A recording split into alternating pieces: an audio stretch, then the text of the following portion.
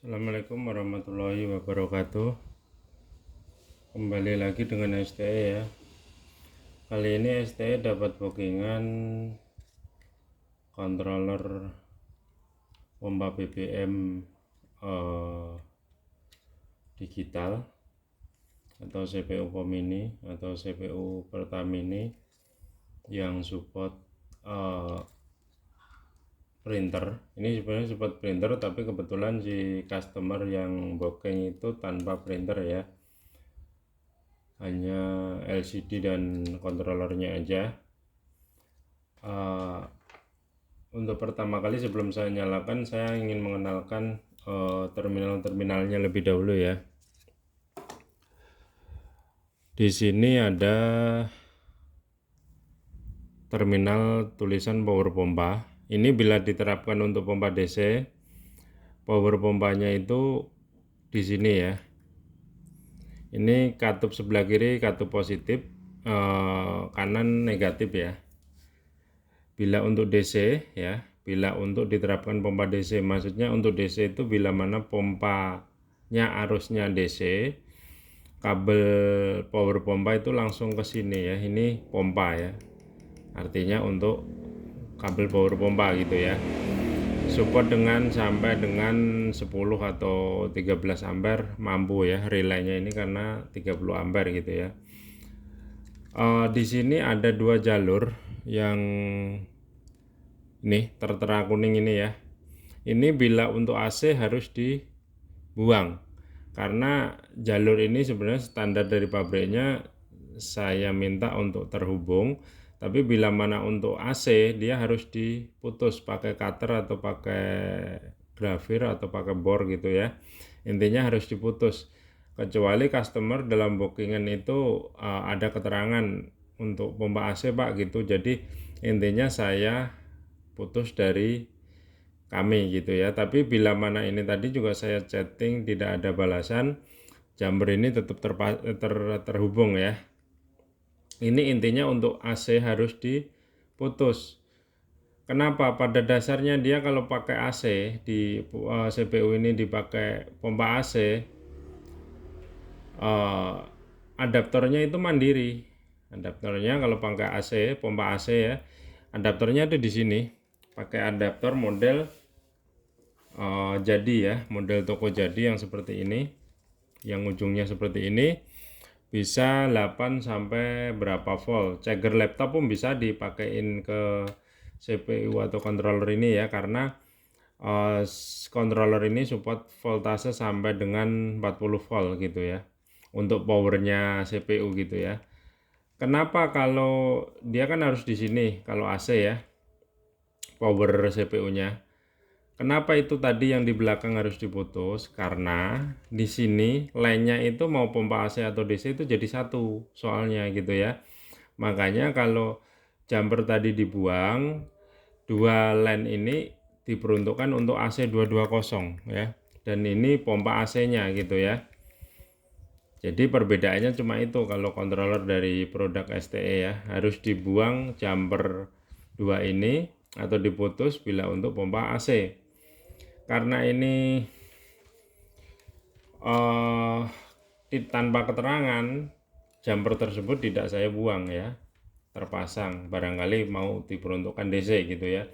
Intinya masalah power terminal pompa dan power terminal power supply-nya sudah STE kasih edukasi ya. Terus ini ada terminal 4 ya. Terminal 4 ini terminal apa? Terminal 4 ini meliput untuk sensor, terutama yang tiga dari bawah ini untuk sensor. Ada satu ini untuk switch nozzle, bila mana diterapkan automatic switch nozzle-nya, karena CPU ini juga support dengan switch otomatis tanpa kode ya, bila mana dipasang kabel 2 di sini. Jadi ini negatif keterangannya, yang nomor 2 dari atas atau nomor 3 dari bawah ini keterangannya jalur negatif ya, diperuntukkan untuk dual lane sensor dan switch nozzle gitu ya. Jadi kalau ada switch nozzle masangnya begini, kabel 2 gitu ya. Terus sensornya begini, dan tengah ini kabel kuning ya. Jadi ini merah kalau sensor, ini kuning, ini hitam bila sensor ya, kabel sensor standar ya. Jadi begini, jadi negatifnya ini untuk dual LAN ya, gitu pengertiannya. Ini kabel display, ini untuk soket kabel display, ini untuk soket printer bila mana diterapkan untuk printer gitu ya. Terus apa ya, ini namanya rel RTC ya, atau jam kalau orang Indonesia bilang, mesin jam ya. Terus kita coba nyalakan ya, karena ini pesannya untuk paketan LCD 886, langsung saya konekkan ke LCD 886 ya. Ini saya soketkan, terminalnya ini pun sama, mau segmen mau LCD, kalau produk ST itu sama ya. Jadi CPU ini pun support 7 segmen. Coba kita nyalakan ya, dan nyala ya. Ini langsung menyalakan LCD 886. Terus kita coba mau ngecek display, tapi pengertiannya begini. LCD ini voltasenya contoh seperti ini lebih dari 8 volt, 8,5 volt lebih ya. Intinya voltase LCD 886 yang keluaran telaker ini voltasenya dia antara 8-9 volt. Sedangkan ini CPU support untuk untuk display segmen. Caranya gimana supaya segmennya tidak langsung rusak IC-nya, karena IC segmen itu rata-rata kan standarnya 5 volt ya. Di POM ini itu paling dikasih sekitar 6 volt gitu ya. Tapi bila mana habis dari LCD terus pengen dinyalakan ke 7 segmen, kalau voltasenya tidak diturunin, beresiko IC-nya display itu mati ya.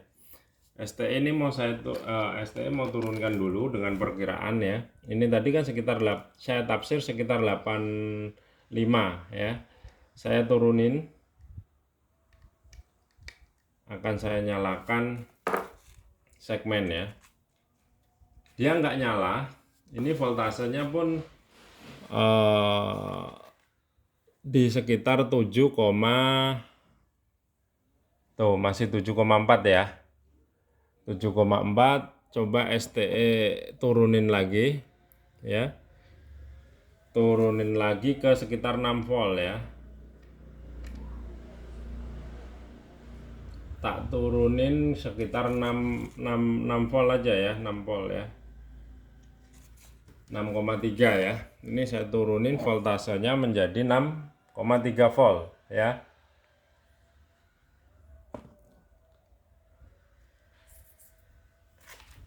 Terus kenapa dia tidak nyala? Karena untuk berpindah ke, maaf ini soketnya STE agak rewel nih. Untuk pindah ke dari LCD ke segmen itu ada kode ya, cuma kode aja ya. Kita tekan 2002. Ini kan ada keterangan ya. LCD 1, LCD 2, 3, 7 segmen, 7S aturnya 7 segmen gitu ya. Ini LCD 2, LCD 1, yang ini LCD 1 sebutannya di sini. Jadi kalau saya tekan 3 sekarang, segmen nyala ya, segmen sana nyala. Tapi saya hanya untuk mengindukasi aja. Jadi intinya ini CPU support juga dengan display segmen. Kita kembali lagi ke LCD. Kenapa ini tag masih ada ya? Karena itu sisa ya, sisa voltase ya. Kita nyalakan lagi. Kita konekkan lagi ke LCD, tapi dijamin blacklight-nya, tag-nya itu kelihatan ya. Tapi blacklight-nya itu nanti tidak tampak sama sekali karena kekurangan voltase ya. Kita coba ya. Dan dia acak-acakan tulisannya. Kenapa? Karena kodenya tadi habis di 7 segmen ya. Kita pindah ke 2002 ya. Kita tekan 1. Dia normal, tapi backlight-nya atau lampu belakangnya tidak nyala ya. Makanya kita harus anjut kembali ini trimpot ini ya, untuk naikkan voltase sampai backlight-nya itu nyala. Ini perkiraan saya di 8 lebih nih, di 8 volt lebih ya. Jadi untuk pengertian tentang support displaynya cukup ya. Hanya ada perubahan voltase dan kode setting ya. Terus kita coba cek menunya, ini standar CPU lama ya. Standar kita cek dari 1, 2, 3 apa? Total liter ya. Total liter yang dikeluarkan, karena ini belum pernah transaksi berarti 0 ya. RP, jadi ini bisa menampilkan total rupiahnya dan total liter yang telah dikeluarkan itu di 1, 2, 3 ya. Terus kita coba tekan 4, 5, 6.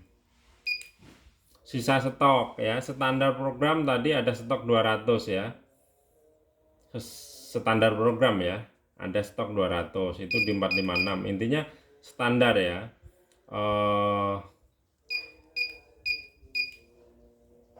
Jadi 1, 2, 3, terus 1001 ya. 1001.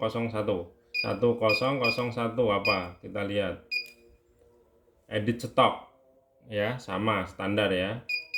1013 kalibrasi ya, atau pulser ya. Standar ya. Edit pulser atau kalibrasi. 1013, 1014 apa? Maaf, kelebihan 1014. Delay on ya. Delay on ini bila mana kita isi 2, itu intinya setelah kita perintah enter, atau kalau sistem otomatis nozzle kita angkat ya. Kalau otomatis kan otomatis switch ya, otomatis switchnya dipasang, nozzle diangkat. Setelah diangkat itu setelah 2 detik pompa baru nyala. Kalau kita isi 10 berarti 10 detik baru nyala gitu untuk delay. Itu biasanya kalau jaraknya si nozzle sama tangki yang akan diisi jauh, itu biasanya dikasih delay, tergantung pemilik gitu ya, berapa lama pengennya gitu. Intinya delay on itu tujuannya untuk itu. Bila mana kita menggunakan misalkan P1 enter gitu ya, kalau kita kasih 5 ya berarti 5 detik baru nyala gitu delay on itu ya. Terus 1015 harga ya, rubah harga, edit harga, intinya harga bahan bakarnya ya. 1016 habis 5 ya tadi ya. Delay off itu artinya begini. Ini kan ada 25 detik artinya 25 ini dalam konteks detik ya. Itu bila mana kita sudah menyalakan nozzle di tangki customer ya, pompa masih nyala intinya. Kalau kita tiba-tiba atau kita tiba-tiba nozzle kita tutup ya, handle nozzle kita tutup, dia selama 25 detik nozzle tidak dibuka lagi ya, otomatis pompa akan mati gitu ya. Kalau kita isi 2 detik berarti gitu ya. Ini kita kasih isi 2 gitu aja. Berarti kalau nozzle udah kita tutup 2 detik, dia pompa langsung mati otomatis gitu. Ini tujuannya untuk biasanya orang lupa ya. Kalau ngisi sambil ngobrol atau apa, ini intinya diperlukan juga sih gitu ya. 1016 tadi ya. 1017 apa? Ada apa?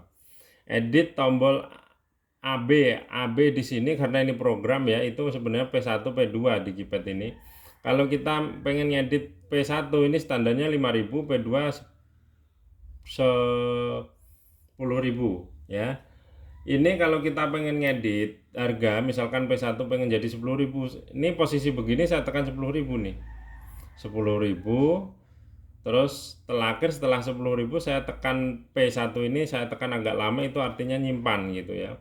Saya tekan 20.000 misalkan, terus saya setelah selesai saya tekan P2, itu otomatis akan nyimpen ke P2 harga tersebut gitu ya. Jadi di K1016 1018 apa? Edit nama ya. Edit nama ini intinya saya serahin ke pemilik atau penginstal ya, atau pembeli ya, karena ini lumayan lama nih kalau ngedit ini. Tapi hurufnya di sini ini pas ya, ada tanda tanya, huruf seru, ada bintang, pagar, ABC, AB kecil, A kecil, B kecil gitu ya. Ini intinya komplit. Terus cara pengeditannya tuh eh untuk nolnya untuk spasi, terus OK-nya itu untuk pindah ke samping, nge-save-nya itu tekan M gitu ya. Jadi intinya ini misalkan ini kita langsung tekan huruf ya, huruf apa gitu ya. Itu kalau pengen pindah ke sebelahnya tekan OK ya.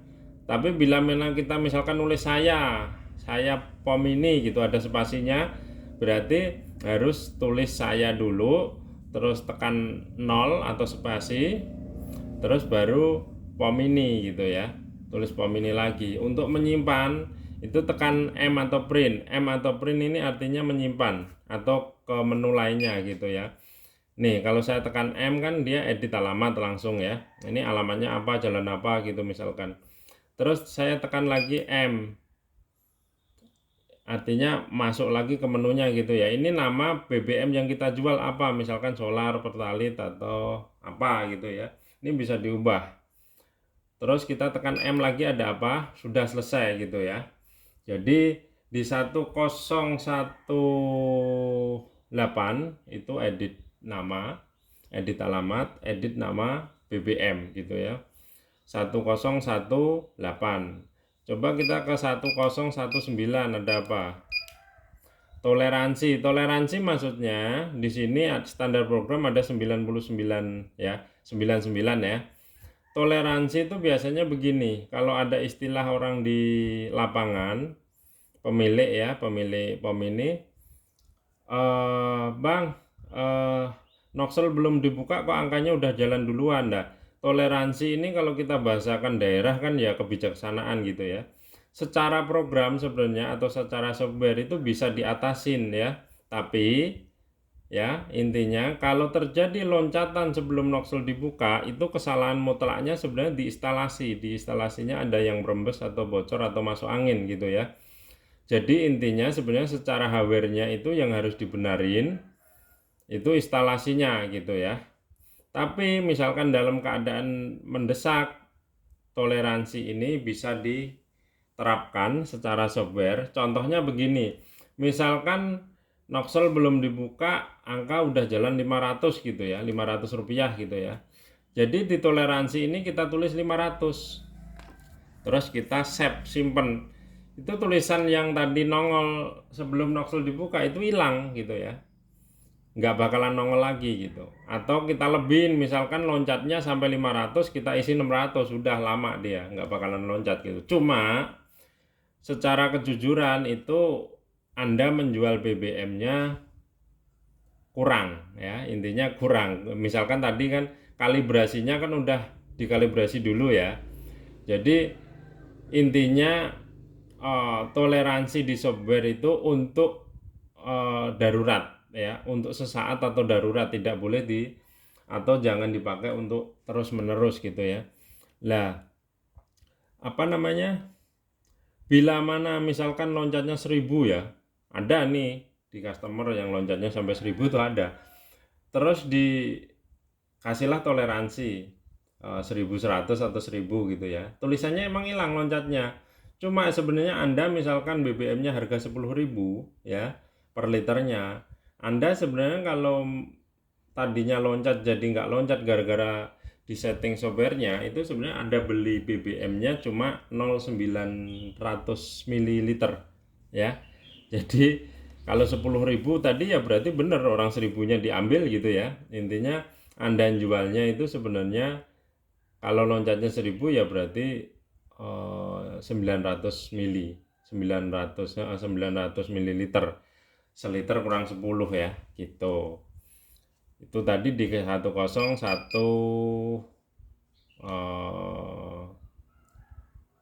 ya. Terus ini cuma ada di 2002 ya. Ini untuk display. Ini hanya di CPU saya aja. Ini intinya yang model ini 2002 ini hanya di support di CPU ST aja gitu ya. Intinya saya rasa cukup ya untuk edukasi dan teori secara teknik controller pompa BBM dari Surya Teknik Elektronik. Terima kasih. Assalamualaikum warahmatullahi wabarakatuh.